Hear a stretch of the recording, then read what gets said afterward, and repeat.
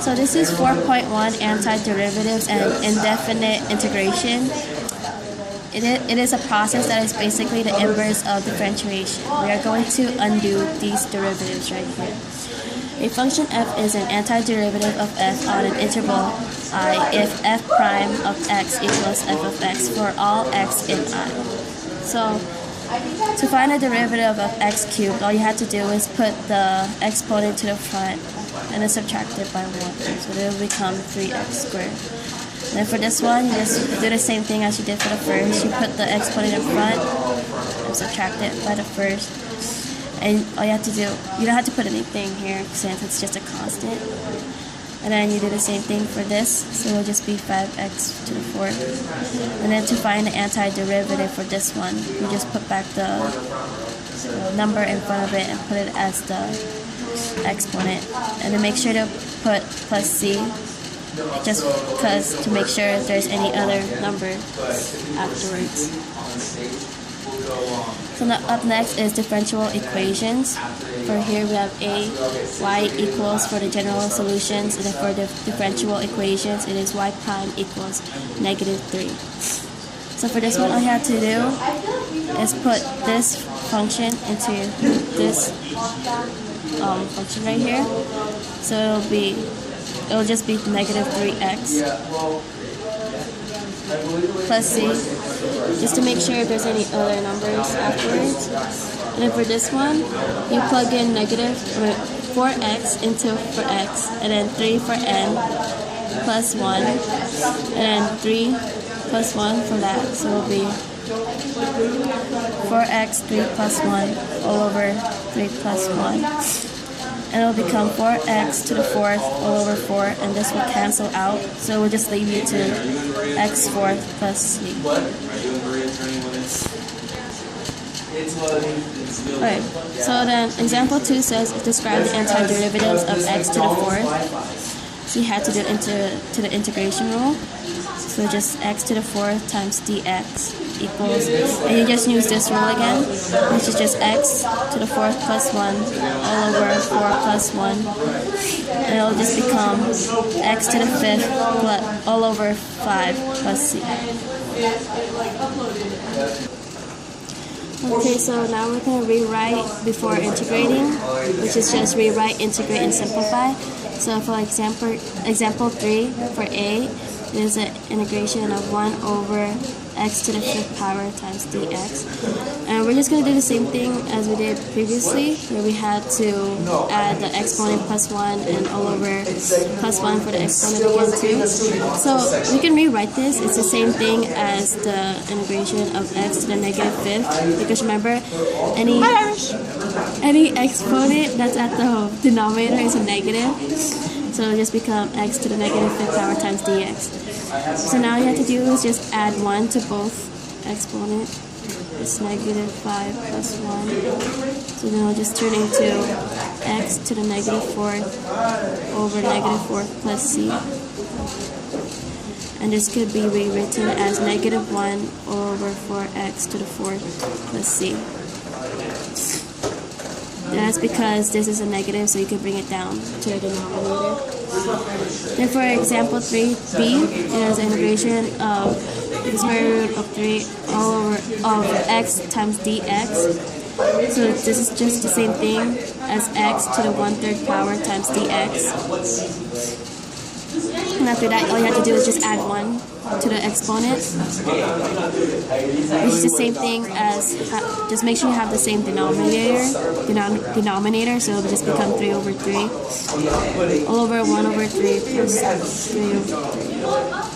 It'll just become x to the 4 over 3 over 4 over 3. And for this, all you have to do is just bring it to the front, and then make sure you flip it, and it'll become 3/4 x times to the 4/3 plus c. And then for this one, for example 3c is integration of 4 cosine x times dx. Just make sure you put this number in front of it. So before becomes the integral of cosine x times dx. And it'll just become 4. And remember the antiderivative for cosine is a positive sine x plus c. Now we're going to integrate polynomials. This is example 4a, which is the integral of 0 times dx. Since it's just 0, it'll just become c. And for example 4b, it's just the integral of 3x to the 6th power minus 2x squared plus 7x plus 1 times dx. And for this one, you just had to separate each of them into integrals. So it just becomes the integral of 3x to the 6th dx plus the integral of negative 2x squared plus the integral of 7x plus the integral of 1 dx. So make sure you have dx at the end of each one. And for each one of them, just make sure you add the plus 1 for the exponent. That's the same thing as we did before. So it'll just become 3x 6 plus 1 all over 6 plus 1 plus negative 2x squared plus 1 over 2 plus 1 plus 7x to the first plus 1 all over 1 plus 1, and plus the derivative of the first is just x for that one. So this will become 3 all over 7x to the 7th power minus 2 over 3 x to the cube plus 7 all over 2 x squared plus x, and make sure to add in the c, the constant. Now this is example number 4 for c. We have to find the integral of x plus x squared times dx. And then for this one, just make sure you add you add 1 to the exponent. So this one is x to the first plus 1 all over 1 plus 1 plus x squared plus 1 all over 2 plus 1. So then it will just become x squared all over 2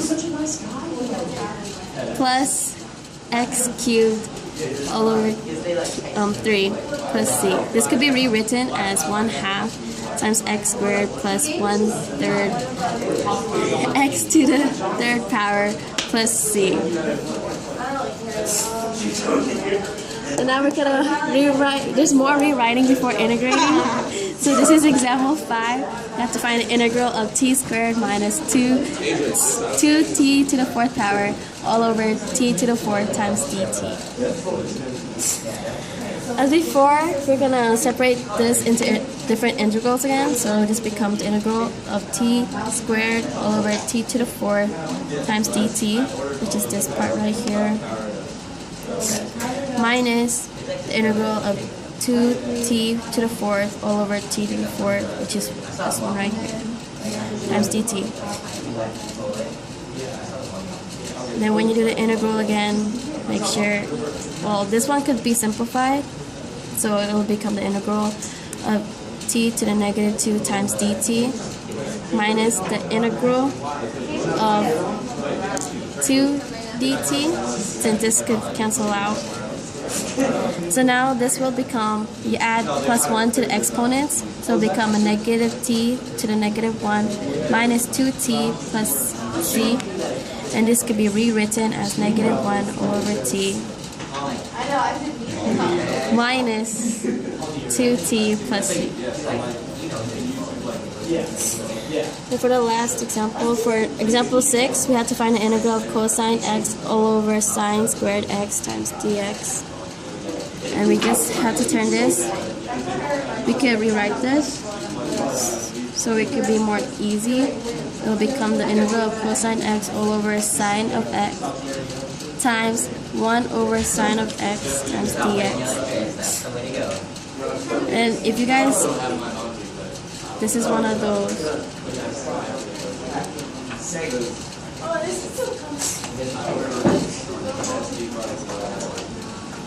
It will just become the cotangent of x times cosecant of x times dx, because that's what they are. Cosine x over sine of x becomes the cotangent x. And to find a derivative, This is one of those derivatives that you have to memorize for. It will just become a negative cosecant x plus c. And it's a negative because this one's a positive. Okay.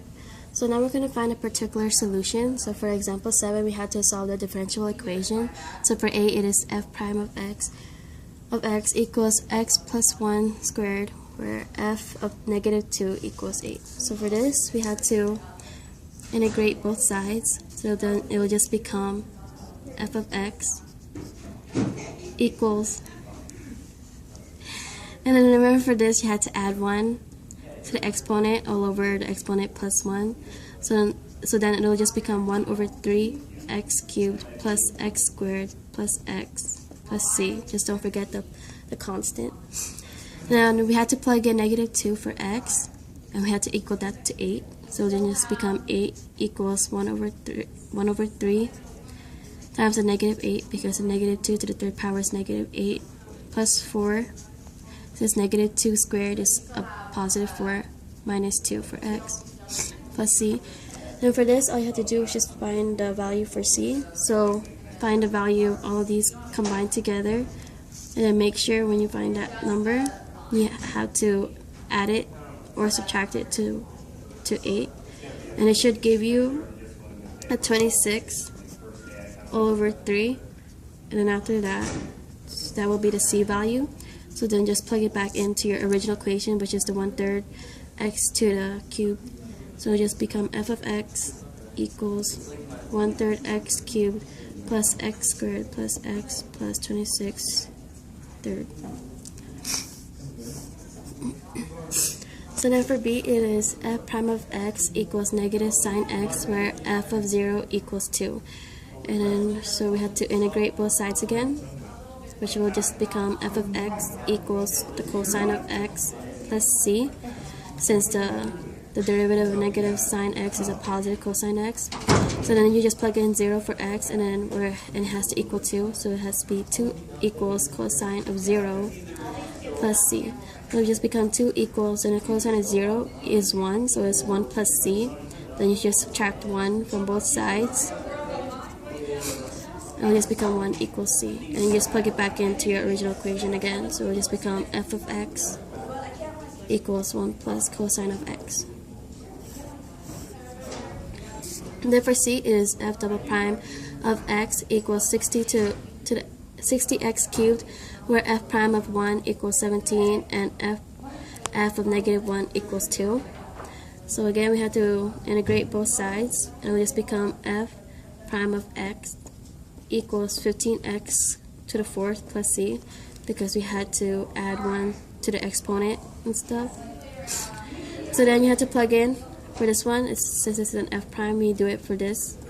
So plug in 1 for your x, and then equal it to 17, so it'll be 17 equals 15 plus c, since 1 to the 4th is just 1. And then subtract 15 from both sides, it'll just become 2 equals c. And then for this one, since it's just f of negative 1, we had to integrate this of f of prime of c, of x, so we had to integrate that.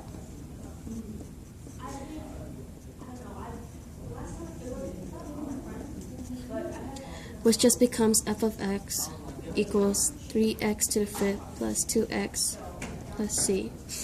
And then we had to plug in negative 1 for x and then equal it to 2. So it'll just become 2 equals 3 times negative 1 plus 2 times negative 1 plus c, which equals 2 equals negative 3 minus 2 plus c. And this will give you a negative 5. Then you add 5 for both sides, and it will just become c equals 7, and then you plug it back into your original function again, which is f of x equals 3x to the 5th plus 2x plus 7. So this is vertical motion. We have to use a of t equals negative 32 feet per second squared for acceleration due to gravity. For example 8, a stone is thrown vertically upward from a position of 144 feet above the ground with an initial velocity of 96 feet per second. For a, we have to find a distance above the ground after t seconds. Now remember that a of t equals negative 32, as it was mentioned here. and have v of t, and we have to find v of t is negative 32 t plus 96. Now for this, we have to find the integrate a of t. So it just become the integral of negative 32 times dt, which becomes negative 32 t plus c. And we have to equal this to 96 and then plug in 0 since it's from the ground. So it's negative 32 times 0 plus c. And then for this, we have to find the integral of negative 32 t plus 96 since we had to integrate the velocity times dt. And then when you guys integrate it, it should equal out to negative 16 t squared plus 96t plus c. Then equal it to 144 since that's the position. It's 144 equals 16 times 0 since t is 0 right now. It just becomes c. So then the distance will just become s of t equals negative 16 t squared plus 96t plus 144. And how long does the stone rise? So we gotta do negative 32 t plus 96, which is the velocity, and equal it to 0. It just become 32t since we add 32t to both sides, equals 96, and then divide 32. It just gives you t equals 3 seconds. And c is when and with what velocity does it strike the ground, which is also speed. So it becomes 0 equals negative 16t squared plus 96t plus 144, which is our distance. We have to equal that to 0.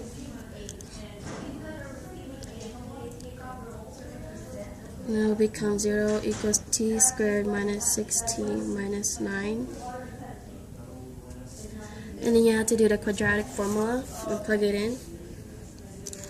So it becomes t equals and the opposite of b, negative 6 plus or minus the square root of b squared, which is negative 6, minus 4ac, which is 1, and negative 9, all over 2a, which is just 1. And then it should give you a 6 plus or minus 6 all over 2. 6 times the square root of 2 all over 2. And then this should simplify it, since we can simplify this into 3 plus or minus 3 times the square root of 2. And that should be your answer.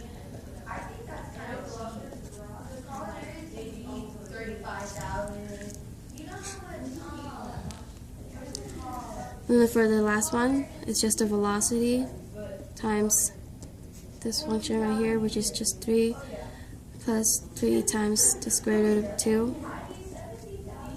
should equal out to a negative 32 times 3 plus 3 times the square root of 2, which should give you a negative 96 times the square root of 2 feet per second.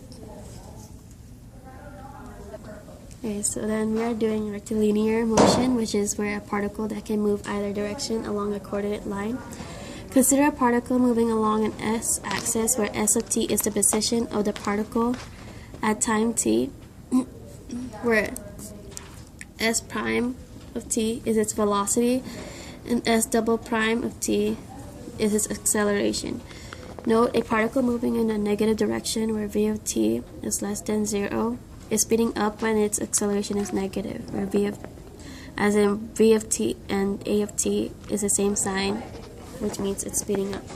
So example 9 says s of t equals t cubed minus 6t squared, where 0 is less than t, where it's less than 8, where s is measured in meters and t in seconds. So for a, we have to find the velocity and acceleration of the particle. And remember, the velocity is s prime of t and an acceleration is s double prime of t. So it'll just become v of t equals 3t squared minus 12t since that's the derivative of the s function, which is for this, where we had to put the exponent in front and subtract it by 1. Then a of t equals 6t minus 12, which is a derivative of the velocity function. So now we have to find the open t intervals on which the particle is moving in the positive direction. So then we had to equal. So we had to simplify this, and it will just be 3t times t minus 4. Since 3t times t is 3t squared, and 3t times a negative 4 is just a negative 12t, and equal it to 0. Then you have to find the x values and do a line. And then when you find the x values, which is when you equal the t values to 0, it'll just be 0, 4, and an 8. And this, when you guys plug this into the equation, you'll see if the answer is positive and negatives, and this will be a negative, and this will be a positive. And we have to see where it's moving positive direction, and the interval for that is just 4, 8. And for c, we have to find the velocity when the acceleration is 0. So then you have to equal this equation to 6t minus 12 and find t. And t equals 2. And then you have to plug in 2 for the velocity. You guys gonna do all this? 10 minutes. And we speak 3 times 2 squared minus 12 times 2. And then when you solve it, it will be negative 12 meters per second. And D, find the open t intervals on which the particle is speeding up. And then you have to just equal it to 0 again for 16 minus 12. And the whole line thing again. And then you solve for t, which is just 2. And then when you plug in this number into the equation and see what numbers you have and see if it's positive or negative, you'll see that this is negative right here and this is positive. And then we have to see if it's speeding up, which is 0, 2, and 4, 8. And for example 10, we had where it's just s of t equals 2t cubed minus 21t squared plus 60t plus 3, where 0 is less than t. S is in meters and t is in seconds. For a, we have to find the velocity and acceleration of the particle. And again, it's just the derivative of the position function.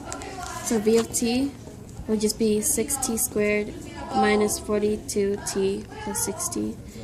And then find the derivative again for the velocity. The acceleration will just be 12t minus 42. Now for B, we have to find open t intervals in which the particle is moving in the positive direction. And again, as we did in example 9, you just have to equal the equation to 0. It's just t squared minus 7t plus 10. And you can simplify this. It will just become t minus 2 times t minus 5, because we had to find the two numbers that equal it to this number, but then multiply it to this. So then you just equal that to 0. Then you find your x values. It will just be 0, 2, and 5. Since t minus 2 equals 0 is just positive 2, and t minus 5 equals 0 is positive 5. Then when you plug these numbers into the original function, it should be accelerating from 0 to a negative from here and a positive from here. So where the particle is moving in a positive direction, it is at 0, 2, and 5 to the positive infinity.